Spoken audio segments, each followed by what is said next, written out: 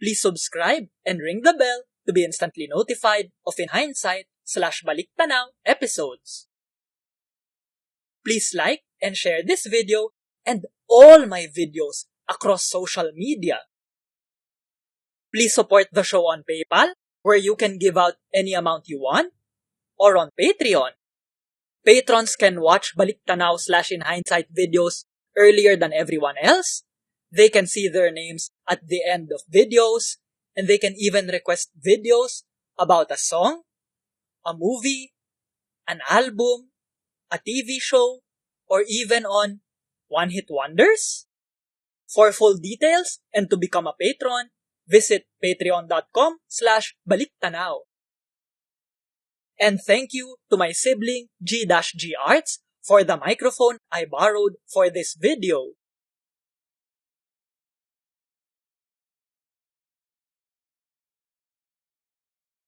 Welcome, I am Emir, and let's look back in hindsight.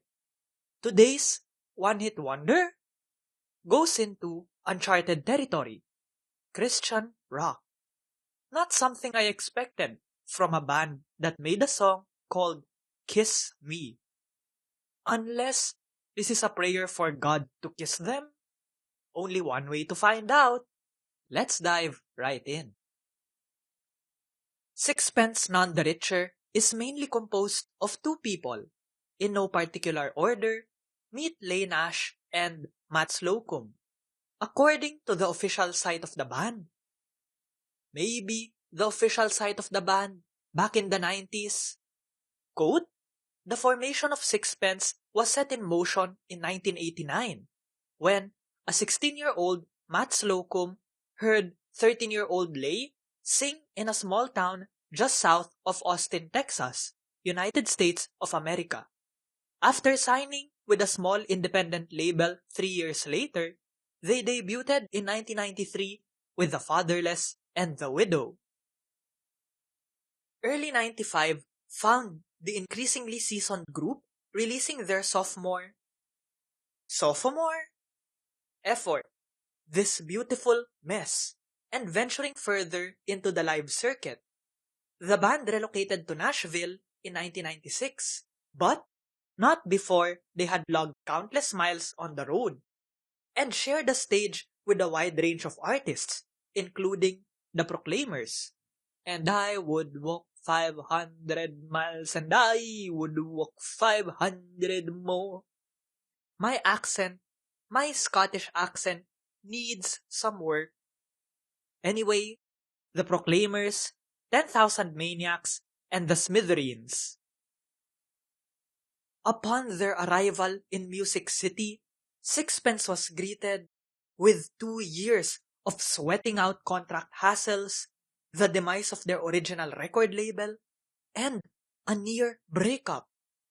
As a result, the members grew more disciplined in taking a grassroots approach to promoting their music. Quote, we started developing this attitude that we'll do whatever it takes to make this work, unquote, recalls Matt. The mood of Sixpence's next album would be directly influenced by the turmoil the band experienced after transplanting in Nashville, end quote. In an interview with J.S. Jacobs of PopEntertainment.com from 1999, Nash said, quote, well, it was just, we went from being on a small independent label out of Nashville and ran into some legal difficulties and weren't able to record for a couple of years. So, this album is just dealing with those emotions and things we went through in that time where we weren't able to record. So, it's just sort of that story. End quote. Back to the Sixpence official website. Quote, turning to a trusted friend, they found an innovative ally in producer Steve Taylor. This union proved to be the catalyst from which Squint Entertainment would soon be launched. Sixpence None the Richer is the self-titled flagship release for the new record label / film company. End quote. Self-titled, huh? I wonder how much the marketing department got paid for that brilliant idea. Let's dive right in to Sixpence the album. Yes, I'm calling it that. Sixpence None the Richer is too long. I'm not a fan of Christian music, but I listened to Sixpence's Sixpence with an open mind. My Bible knowledge is also rusty, just like my French. So, I'm glad the band's website is available on the Wayback Machine. We Have Forgotten is about, as Locum explained, quote, when our dreams have tried to fly and have fallen down so many times, we almost want them not to fly because the pain is so great from watching them fall that we'd rather just have them stay on the ground. In other words, we fall in love with our problems. They become the norm for us, and happiness the abnormality. End quote. I'd add my 2 cents, but I don't want this video to be about me. But if you're curious, I've already talked about them before in my top 10 River Maya songs, in my top 10 Disney songs, and in my one-hit wonder on Walk the Moon's Shut Up and Dance. The melody of We Have Forgotten sounds, what's the word? Lo-fi. There's a lo-fi vibe going on here. It's slow, but there's some rock guitars playing, so, it's fine. I'm still awake. I also heard some violins in there, so I thought, maybe Sixpence is like the chorus. We'll see. Anything is a yearning for a sign. Give me a sign. Or is it, send me a sign? I don't know. My Anastasia knowledge is also a bit rusty. Quote, if we should pack our tents, shut down the show. Yes, we should like to see a burning bush type sign. But anything would be fine. End quote. One? Ooh, I know that reference. Good to know I still have my grade school knowledge of the Bible. Or maybe it's because of this beautiful Bible atlas that I have from my childhood. Yes, I still have it. Wait a minute. What am I doing? That was your big-lipped alligator moment. The Waiting Room is a slow song, less energetic than the first 2 tracks. This is the most draining song so far. This is just the 3rd song. Again, I just don't like slow songs. Slocum said, quote, this song is sort of a lashing out against the powers that had put our artistic endeavors on hold. The feeling of stagnation and waiting was like being in a cell, a type of waiting room with no escape. End quote. I don't feel any lashing out here. The melody does not sound like that. I expected an angry song, a cathartic song, just like River Maya's Halik sa Araw. This ain't it, Chief. But waiting, stagnation, yes, the Waiting Room sounds just like that. Easy to Ignore is a breakup hangover song. I'm not a fan of these types of songs. I already explained this in my top 10 worst Philippine hit songs of 2019. There's a saving grace though. I love the violin solo at the end. This song is the only one in the album that Nash wrote. She explained, quote, I wrote Easy to Ignore with a heavy heart. It's about a relationship that is sometimes very painful and taxing for me. End quote. Again, not something I want to discuss here. This video isn't about me. Next. ¿Puedo escribir? I don't know. I didn't learn Spanish. Anyway, please correct me. Puedo escribir is also a breakup hangover song. It's quote, a small section of the Pablo Neruda poem, Tonight I Can Write, end quote. This song sounds better as a breakup hangover song than the last one. It's a scream of pain, not a droning, boring beat. I Can't Catch You is, quote, a lament over emotional baggage that always seems to be the heaviest when entering into a new relationship, end quote. The melody perfectly captures this uncertainty. You want to bear your all because you want to build trust. You want to build a relationship with someone. But you also want to be careful because that relationship may not last or may end up not existing in the first place. Error 404. Relationship not found. I took a break from listening to Sixpence the album at this point because it was starting to become too heavy for me. And I'll be honest, I was becoming uninterested. This simply isn't my genre.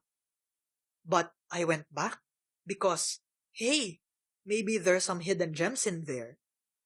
Instead, I got more sad songs. Slow, droning music. Look, I don't mind one or two easy listening songs. But a whole easy listening album? There's a reason I can't stand easy rock, which used to be W rock. There's some trivia for you. Back to Sixpence, the album, not the band. Lines of My Earth is a goodbye song.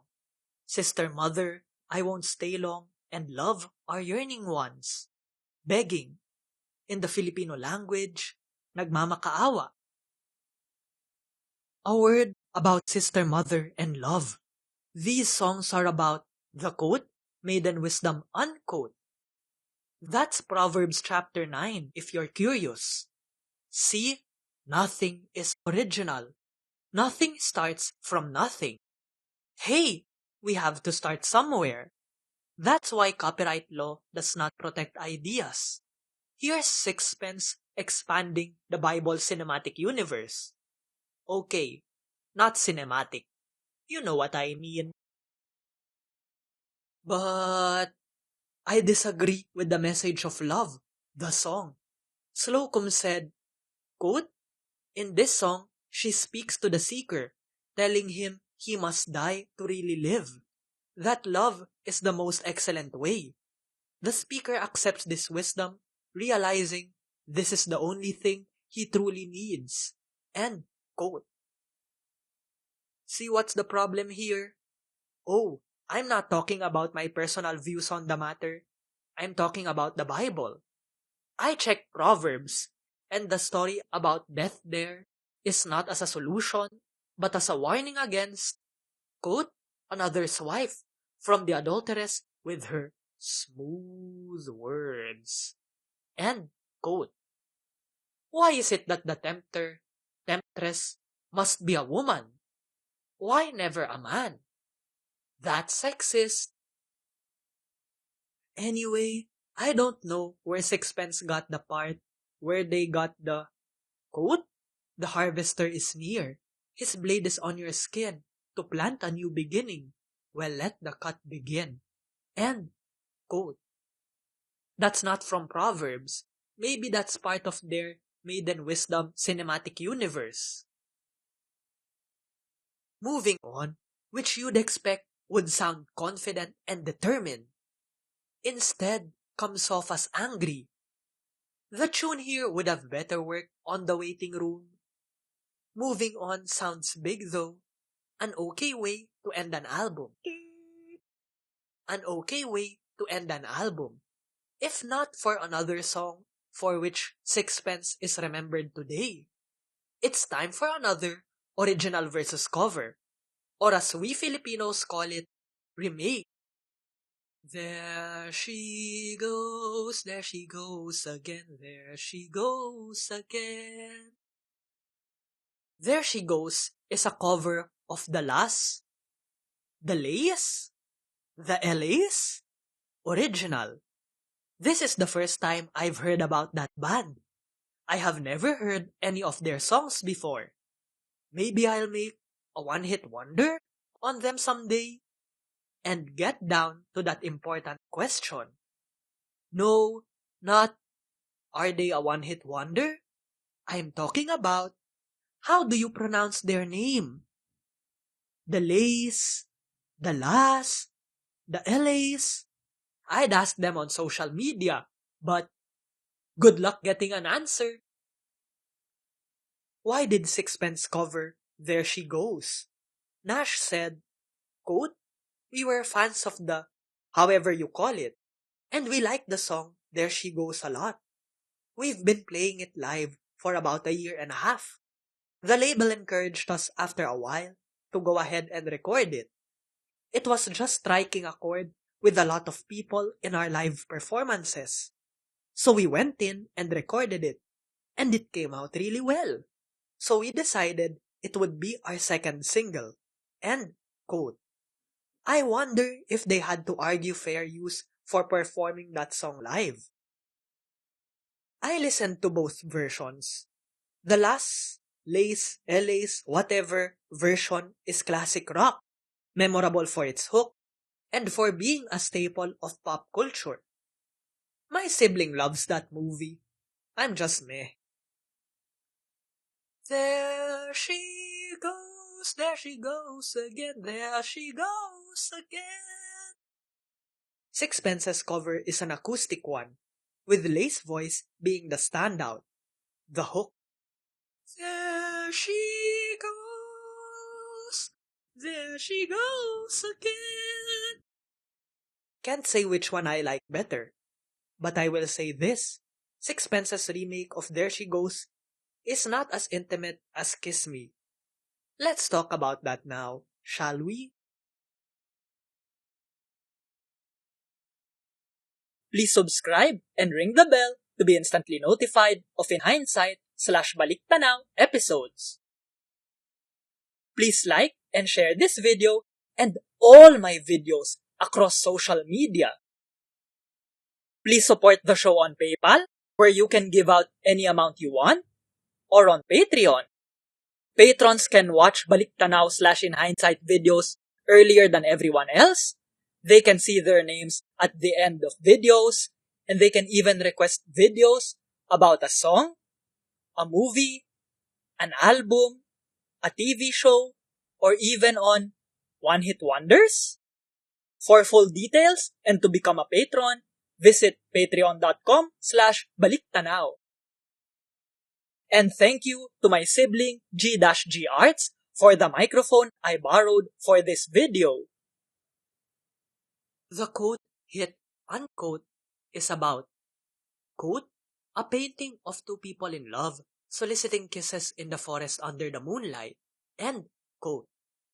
It's a yearning song, so no different from the other yearning songs in the album.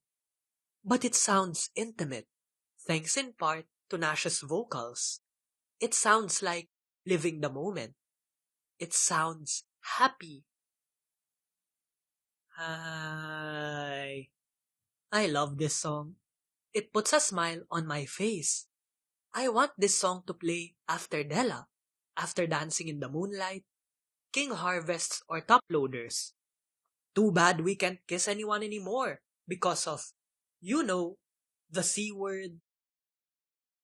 I thought Sixpence the album would be similar to Kiss Me.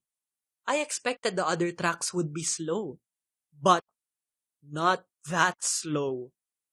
Kiss Me stands out, but it is also a big lip alligator moment. The quote hit unquote does not give a taste of Sixpence the album. And I'm not the only one who noticed that.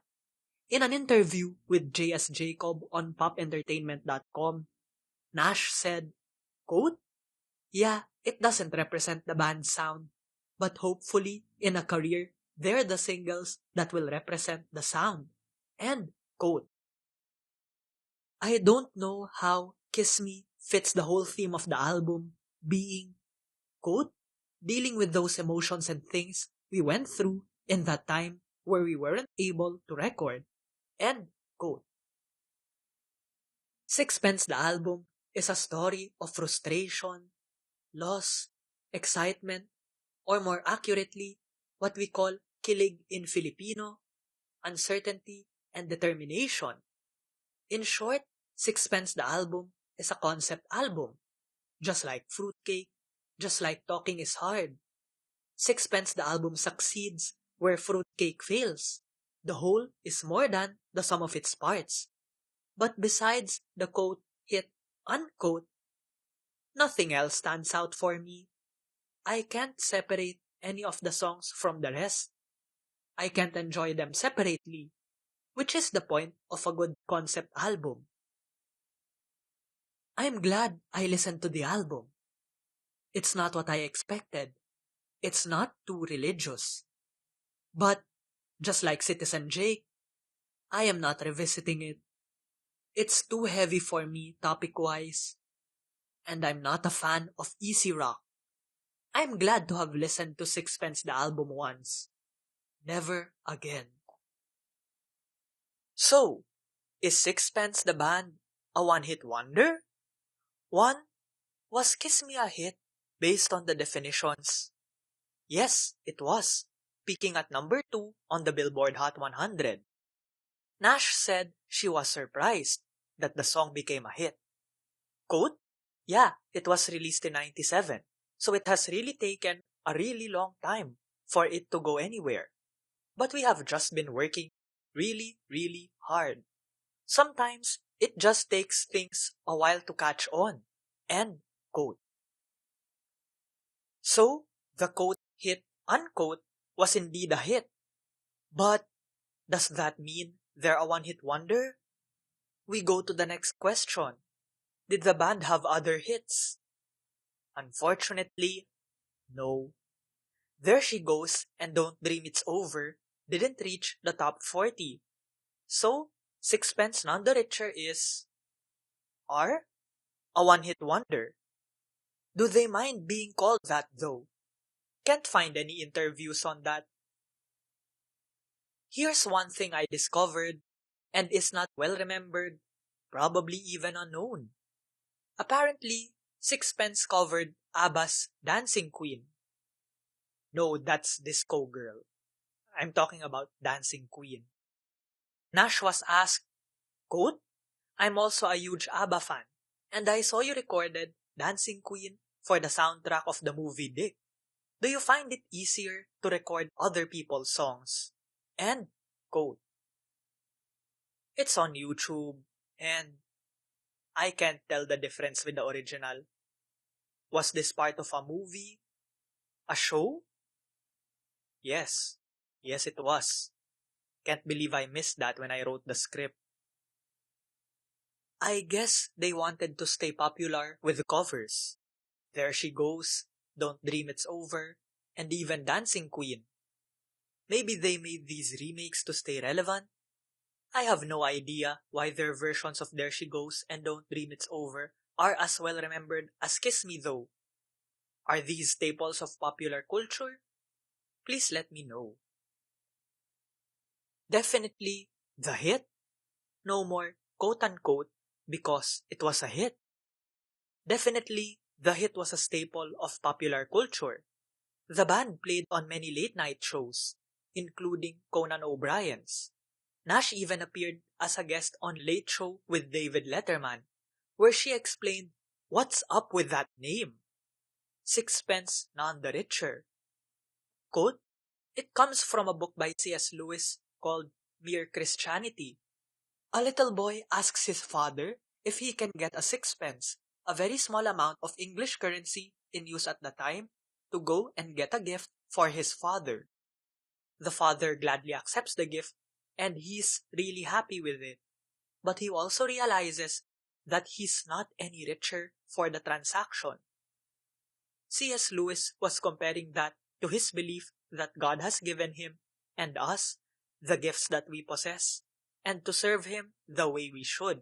We should do it humbly, realizing how we got the gifts in the first place. End quote. There's even lost media about the hit. Apparently, the first music video for Kiss Me was shot in Paris. What happened to it? Nash answered, quote, well, I guess VH1 and MTV didn't quite take to it before the movie came out with the song in it. And of course, Colombia wanted a video that promoted both the song and the movie. So, that's why we went in and did the second version. End quote. A Paris version? I just discovered more lost media. Hehe. And in 5 seconds, I found it. Lost for what? 5 seconds? Hopefully, it won't be lost again. I prefer the other music video. It matches the intimacy of the song, even if it mainly promotes a movie. Is this a trend among one-hit wonders?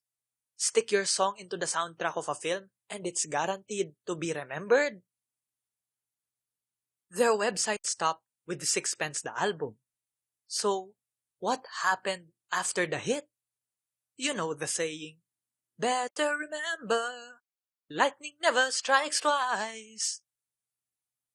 That's not true for Sixpence. Their first record label failed. The resulting frustrations led to Sixpence the album. After that, quote, they went into the studio and threw themselves into working on the follow-up album. All was going great. But then, the guys in the suits intruded again. Now Squint was having serious money problems, and Sixpence was in limbo again. Quote, it was very frustrating, unquote, Nash recalls. Quote, and I think we all dealt with a little bit of depression because of it. But we tried to stay busy. I did those side projects and they were fun. And Matt seems to always be playing on other people's records, unquote. Finally, in 2002, after many starts and stops, Curb Records purchased Squint, and the band was let off the hook. Through Curb, they were able to sign a new contract with Reprise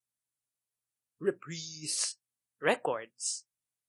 The new album, Divine Discontent, finally saw the light of day in October 2002. End quote.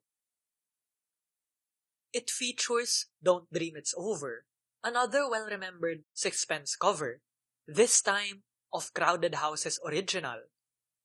Another one-hit wonder?